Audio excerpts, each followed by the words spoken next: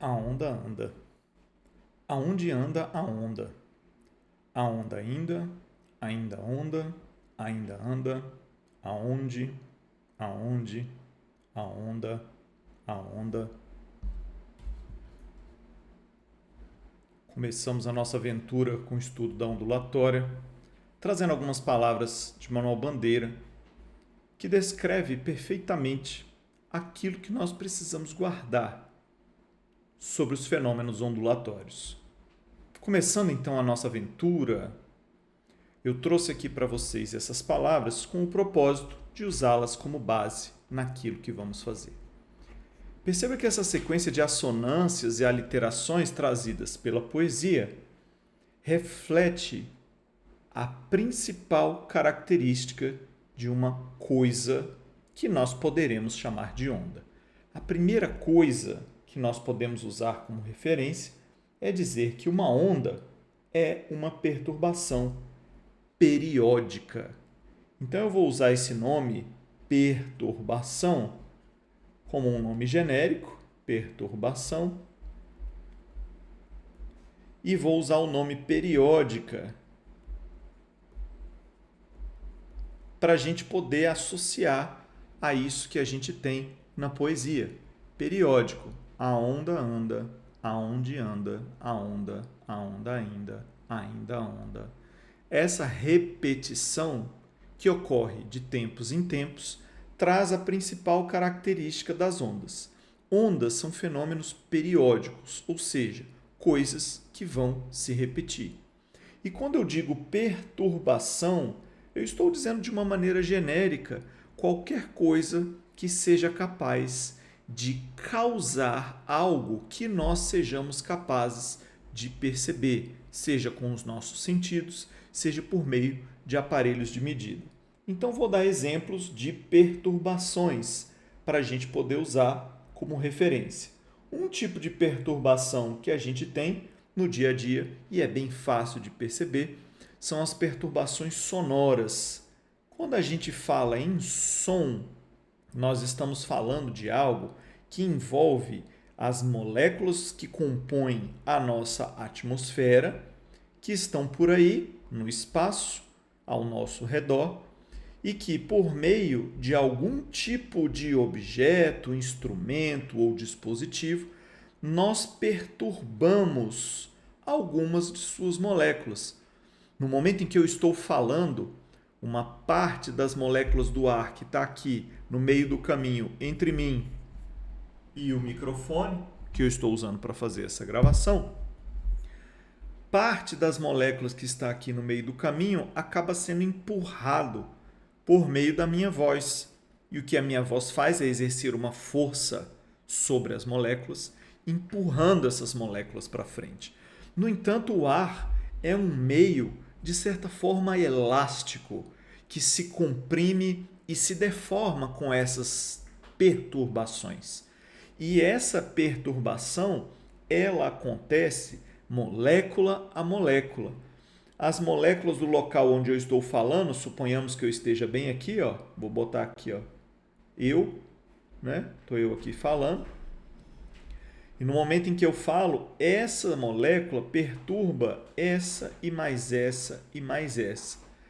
E aí essas moléculas vão perturbando as vizinhas de forma que o som que eu produzi se espalha pelo espaço. E esse espalhamento é o que eu estou chamando de perturbação.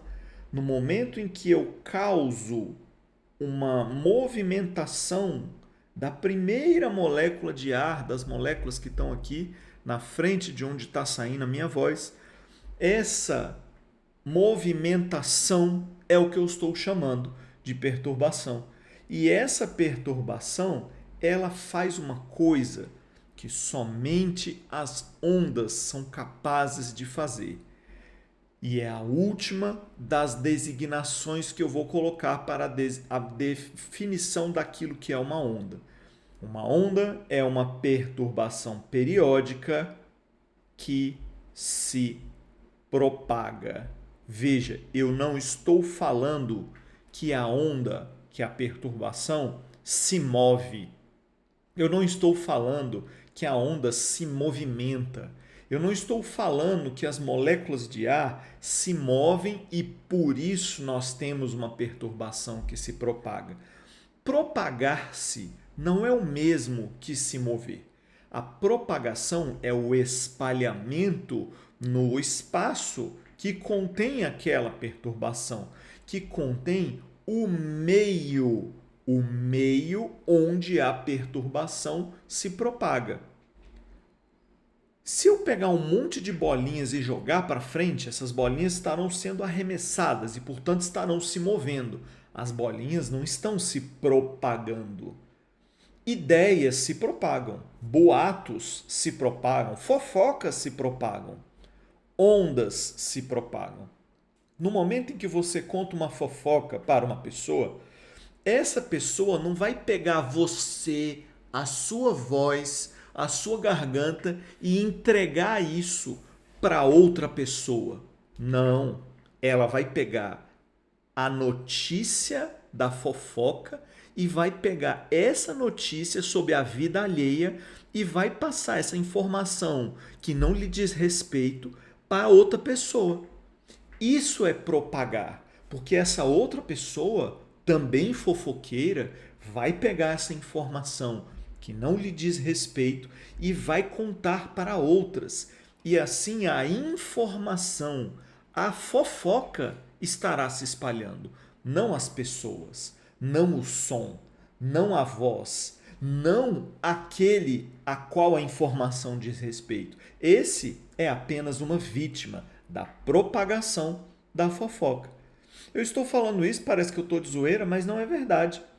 No momento em que você cria uma perturbação nesse ponto do espaço, no momento em que a sua voz gera um som nesse ponto do espaço, o que vai adiante é a perturbação sonora.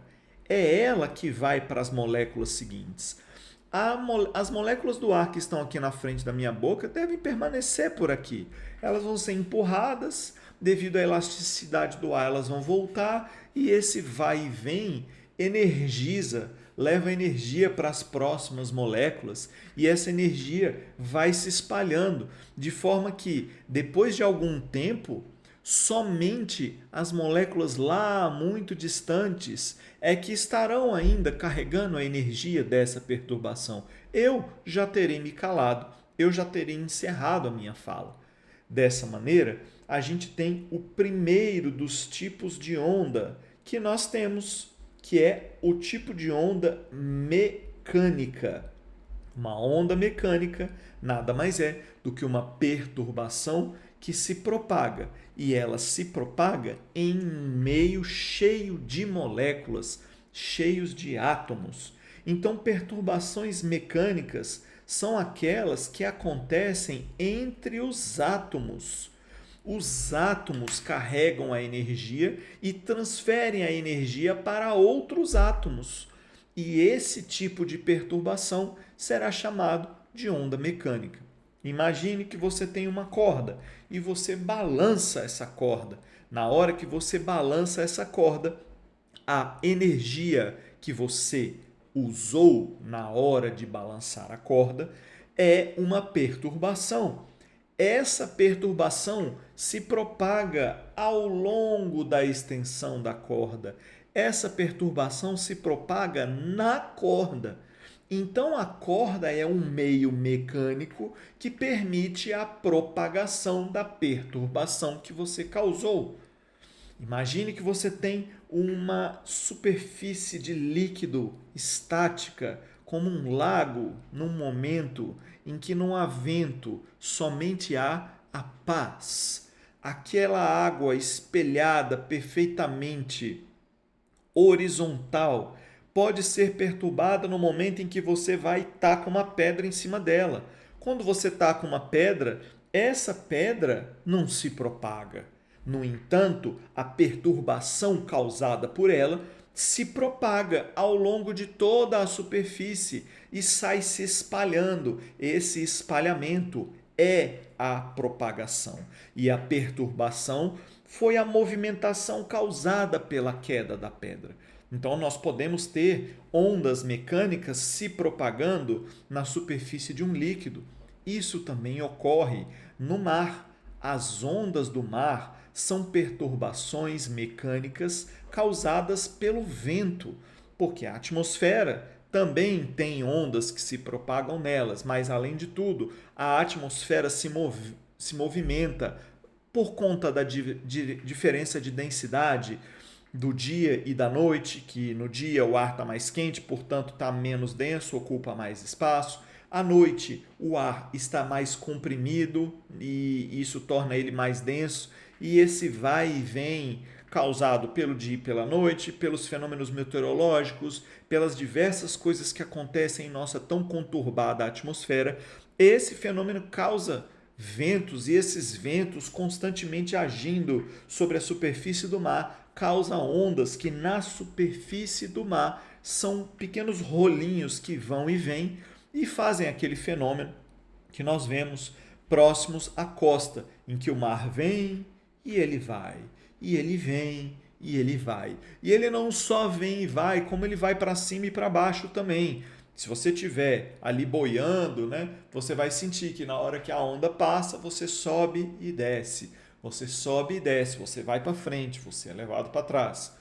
O surfista, ele vai para a onda e na hora que ele está lá em cima da onda, o surfista, ele é jogado para frente com a onda, com tudo. No entanto, o surfista não é a energia sendo levada pela onda. O surfista ele se aproveita da movimentação periódica para ir e vir com a onda. Então o surfista não se propaga. O surfista não é levado pela propagação da onda, ele é levado pelo movimento que a onda faz naquele espaço limitado. Esse movimento, essa região, é o local que nós vamos dizer que é a amplitude da onda, é o local em que a gente consegue perceber o espaço delimitado pela propagação. O surfista, ele não vai conseguir pegar uma onda aqui e ir para Portugal com essa onda. Ele não vai ser capaz. Ele não vai ser capaz de descer lá em alto mar e a onda trazer ele até aqui. Isso não acontece. O que o surfista faz é se aproveitar de um pequeno excerto da oscilação e utilizar o momento em que a onda está vindo na direção da costa para ele poder fazer um contato com a água e esse contato levar ele para frente. Com isso, nós temos as perturbações do tipo mecânica. São as ondas sonoras que se propagam no espaço, são as ondas que ocorrem na superfície do mar ou as ondas causadas por uma pedra jogada na superfície da água, um lençol que você balança. Você pode dizer que a perturbação que você causou se propaga ao longo dele, uma perturbação em uma corda. Perceba que as perturbações mecânicas, elas podem ser perturbações unidimensionais, caso o meio seja unidimensional. Eu não consigo falar e escrever ao mesmo tempo. As ondas podem ser também bidimensionais, ou seja, se propagar em duas dimensões. As ondas também podem ser tridimensionais, ou seja, se propagar no espaço. Elas podem se propagar numa corda, que é um meio unidimensional, pode se propagar num lençol ou na superfície da água, seriam as ondas bidimensionais, ou elas podem se propagar no espaço, que são as ondas tridimensionais. Então esse é o primeiro dos tipos de ondas, ondas do tipo mecânicas. Então o que é a onda mecânica? É uma onda cuja energia vai se propagar utilizando como suporte os átomos que compõem o meio em que a onda mecânica está se propagando. Eu não preciso nem dizer que se você estiver em um meio que não seja material, ou seja, se você estiver no vácuo, na ausência de átomos ou na quase ausência de átomos, você não vai poder experimentar a propagação de ondas mecânicas, porque ondas mecânicas não têm átomos no vácuo para poder se propagar. Então as ondas mecânicas não se propagam no vácuo, o som não se propaga no vácuo. Outros tipos de ondas, perturbações que a gente tenha, precisam de um meio material para se propagar e, portanto, serão chamadas de ondas mecânicas. Beleza? Veja que eu não fiz aquela definição, será que eu falo a palavra certa?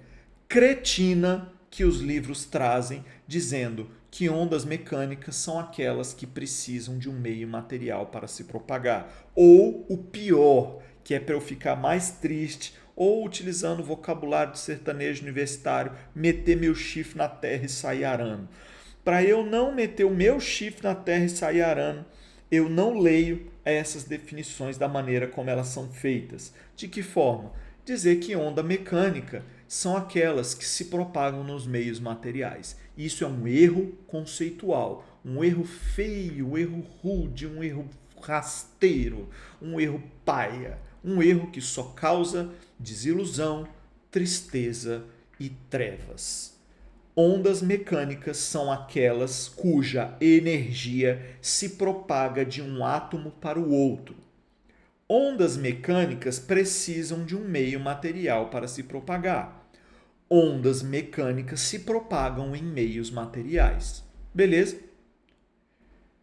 Você dizer que ondas mecânicas são aquelas que se propagam nos meios materiais é errado. Vou dar um exemplo. O céu é azul. Então, o que é o céu? O céu é aquilo que é azul.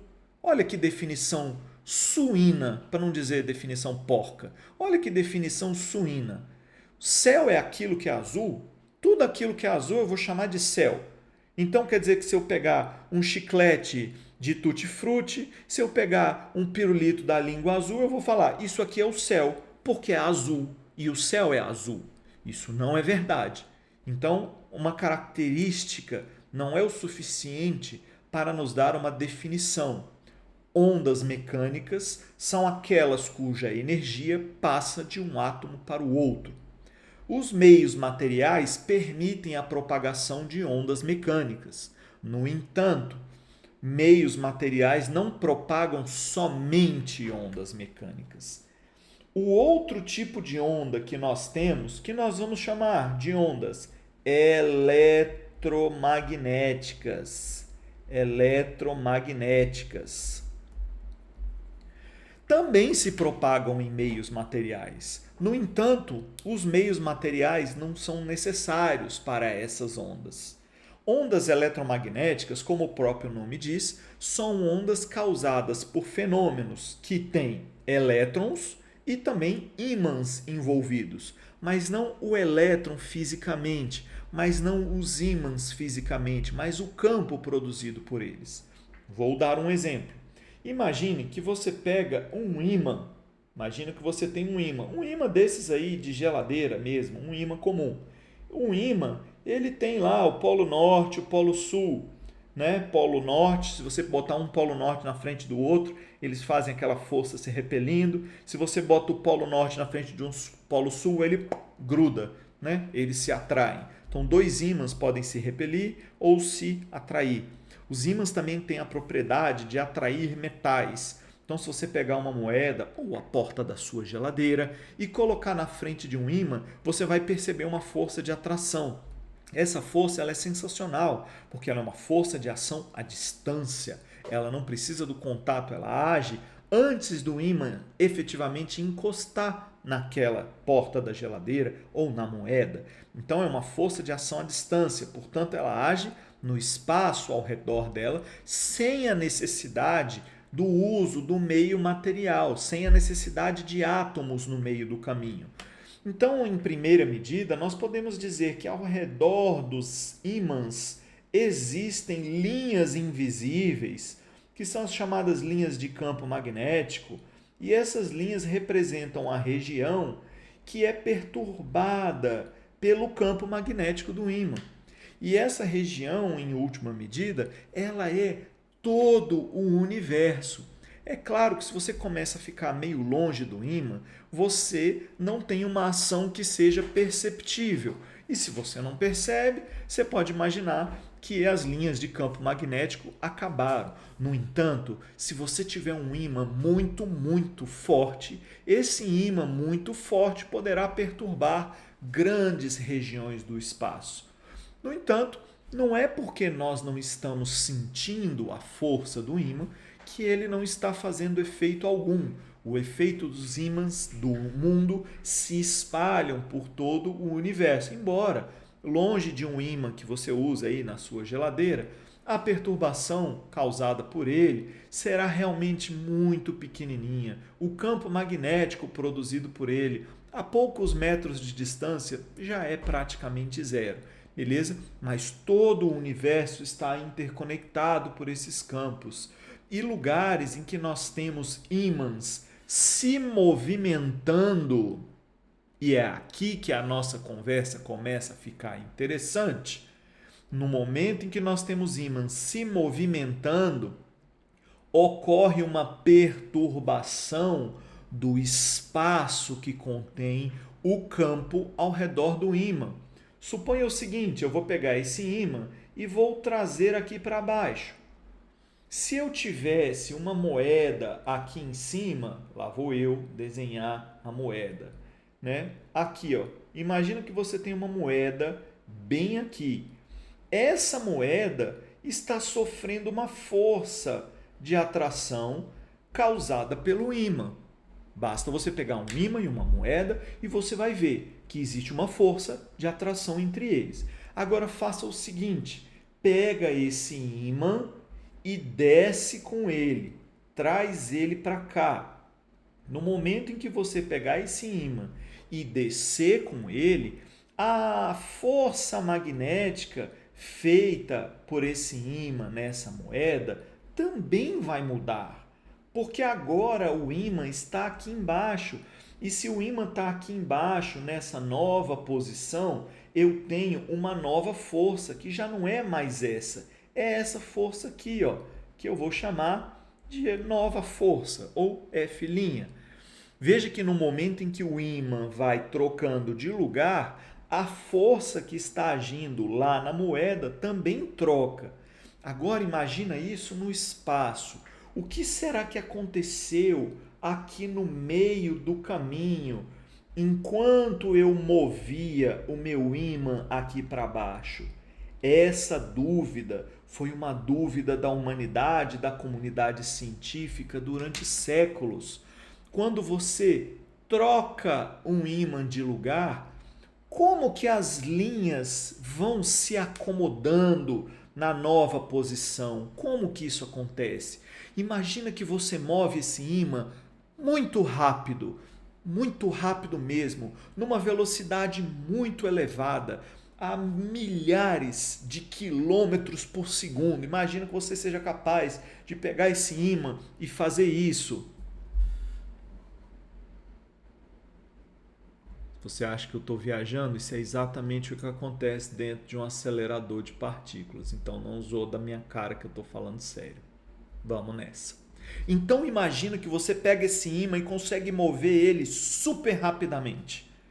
Os cientistas perceberam que no momento em que o ímã sai repentinamente dali da frente, a força que atua sobre a moeda fica lá um tempinho. Ela dá um time e fica lá, de bobs. E ela só vai mudar depois de um tempo. Depois de um pouquinho. Quanto é esse pouquinho? Isso virou uma experiência super complexa que a humanidade só conseguiu resolver lá no início, final do século XIX, início do século XX. Então, se você tira um ímã do lugar repentinamente, demora um tempo para a força magnética trocar de lugar. O processo não é instantâneo. E se ele não é instantâneo, ele ocorre com uma velocidade finita e mensurável. E eu te digo qual é essa velocidade. É uma velocidade de 300.000 quilômetros por segundo. Não sei se você já ouviu falar dessa velocidade, mas ela tem até uma letra que representa ela, a letra C minúscula. Essa é a velocidade da luz, a velocidade de todas as ondas eletromagnéticas. Mas espera aí, como que você saiu de um ímã se movimentando e foi parar na luz? Porque a luz nada mais é do que o que os nossos olhos percebem diante de um campo magnético que está sendo perturbado para cima e para baixo, para cima e para baixo, para cima e para baixo, bilhões, trilhões, quatrilhões de vezes por segundo. Então, lá na lâmpada, imagina uma lâmpada incandescente, aquela que tem um filamentozinho que esquenta, esquenta, esquenta, esquenta até que ele acende. Lá, os átomos que compõem aquele filamento de tungstênio, na hora que eles se aquecem devido à agitação térmica, esse aquecimento faz os átomos oscilarem e eles oscilam de uma forma que eles vão e vêm tão rapidamente, periodicamente, por isso estamos chamando de onda, que esse vai e vem cria uma perturbação no campo magnético que também vai e vem e se propaga no espaço e chega até os seus olhos. E lá nos seus olhos tem células que, quando recebem esse vai e vem do campo magnético, mandam uma informação para o seu cérebro dizendo: ali tem luz, ali tem luminosidade. E essa informação ocorre numa faixa em que o tempo de ida e volta é muito específico. Esse tempo de ida e volta, como nós vamos ver no futuro, é o período de oscilação da onda eletromagnética. Esse período de oscilação também pode ser representado por meio da frequência, que é a quantidade de oscilações que ocorrem por unidade de tempo. Então, se você oscilar um ímã num vai e vem alguns quatrilhões de vezes por segundo, sim, você estará produzindo uma perturbação eletromagnética que pode sensibilizar os seus olhos. Veja, o que nós chamamos de luz é uma perturbação eletromagnética capaz de sensibilizar os nossos sensores visuais, os nossos olhos. Outras ondas eletromagnéticas são iguaizinhas, só que não são capazes de sensibilizar os nossos olhos. Então, as ondas eletromagnéticas, elas são ondas que podem ter diversos tipos de frequências diferentes. Elas podem ter frequências abaixo da frequência visível da luz, por exemplo, as ondas infravermelho, que nós não enxergamos, as micro-ondas e as ondas de rádio. Os nossos olhos não veem essas ondas. E a diferença delas para a luz é somente que elas vêm de oscilações magnéticas, ou posso usar o termo completo, eletromagnéticas, porque cargas elétricas em movimento também causam esse efeito. Então, são partículas eletromagnéticas que estão ali se movendo com frequência muito elevada, mas não o suficiente para sensibilizar os nossos olhos. Se você tem perturbações cuja frequência de oscilação seja muito maior do que a da luz visível, o nosso olho também para de perceber, que é o que acontece com as luzes do tipo ultravioleta, que o nosso olho não percebe, com os raios X, raios gama, raios cósmicos, que são oscilações com frequências muito elevadas que os nossos olhos não percebem. Porém, todas essas perturbações são perturbações eletromagnéticas. Fisicamente elas são idênticas, só muda a frequência. É como se fosse assim, alguns tipos de ondas sonoras sensibilizam os nossos ouvidos. Aí essas ondas nós chamamos de som audível. Se você tiver frequências mais altas do que essa, você vai ter um som chamado ultrassom, que o nosso ouvido não percebe, mas que é uma onda mecânica, como uma onda sonora qualquer. Ou o infrassom, que seriam sons de frequência muito baixa, que o nosso ouvido também não percebe, mas também são ondas mecânicas como outras quaisquer.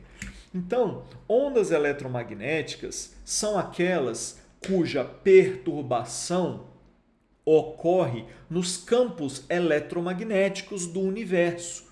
Campos eletromagnéticos existem ao redor de cargas e de ímãs. Cargas em movimento e ímãs em movimento vão provocar perturbações nesse meio eletromagnético, como se fosse uma grande teia invisível que existe em todo o universo. E essas perturbações são chamadas de ondas eletromagnéticas. Então, o que são ondas eletromagnéticas, afinal? São ondas causadas por perturbações com campos elétricos e magnéticos. Essa é a definição de perturbação eletromagnética. Ondas eletromagnéticas se propagam no ar. Ondas eletromagnéticas se propagam no tijolo da parede, tanto que o Wi-Fi da sua casa consegue sair lá do roteador, passar pela parede e chegar dentro do seu quarto, mesmo que a porta esteja fechada. Então, ondas eletromagnéticas se propagam em meios mecânicos, sim. Ondas eletromagnéticas se propagam em meios materiais. Ondas eletromagnéticas são super especiais e, além de se propagar em meios materiais, também podem se propagar no vácuo. Beleza? Para fechar a nossa conversa, eu vou responder a uma pergunta que está na nossa poesia. Onde a onda anda? Nesse verso, onde está escrito? Aonde a onda anda? Aonde a onda anda, você vai responder no meio. Que meio?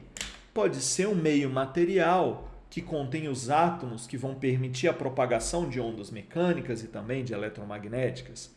Mas o meio também pode ser o vácuo, que permite a propagação de tudo aquilo que tem campos eletromagnéticos, ou seja, ondas eletromagnéticas. Então, uma onda, ela se propaga. Onde está isso na poesia? Onde nós dizemos que a onda anda. Esse andar que o poeta Manuel Bandeira usou é a ideia de propagação. Ondas se propagam, ideias, fofocas, boatos se propagam, ondas se propagam. Propagar-se não é o mesmo que se mover, porque nem sempre nós temos movimento quando temos propagação. O que se propaga no espaço não é uma coisa material, uma coisa física que está se movendo. É a perturbação, é a energia envolvida a partir da perturbação periódica. Resolvidos? Deu uma viajada aí, né? Eu quis trazer com essa conversa aí toda a parte teórica inicial da ondulatória. Fugi bastante aí do vocabulário básico dos livros, porque como eu resmunguei lá no meio do vídeo, eles são muito confusos e eles são contraditórios e muitas vezes eles tentam simplificar na melhor das intenções para tentar fazer o estudante, né, entender melhor as coisas, mas eles acabam se enrolando e criando uma dívida conceitual que vai sair muito cara para a gente pagar no futuro. Então, no nosso primeiro momento, nós precisamos guardar que ondas são perturbações. Essas perturbações podem ser mecânicas e eletromagnéticas. Perturbações mecânicas são aquelas que a energia passa de um átomo para o outro. Perturbações eletromagnéticas são aquelas ondas cuja energia passa através dos campos eletromagnéticos. Essa é a definição. E é nessa definição que eu vou voltar toda vez que eu tiver uma pergunta um pouquinho mais elaborada. Beleza? Valeu. A gente vai ter que fazer conta, né? É isso. Mas a notícia boa é que as contas dessa parte da nossa matéria vão ser bem mais tranquilas do que aquelas que a gente fez na termodinâmica. Beleza? Valeu, falou, até mais.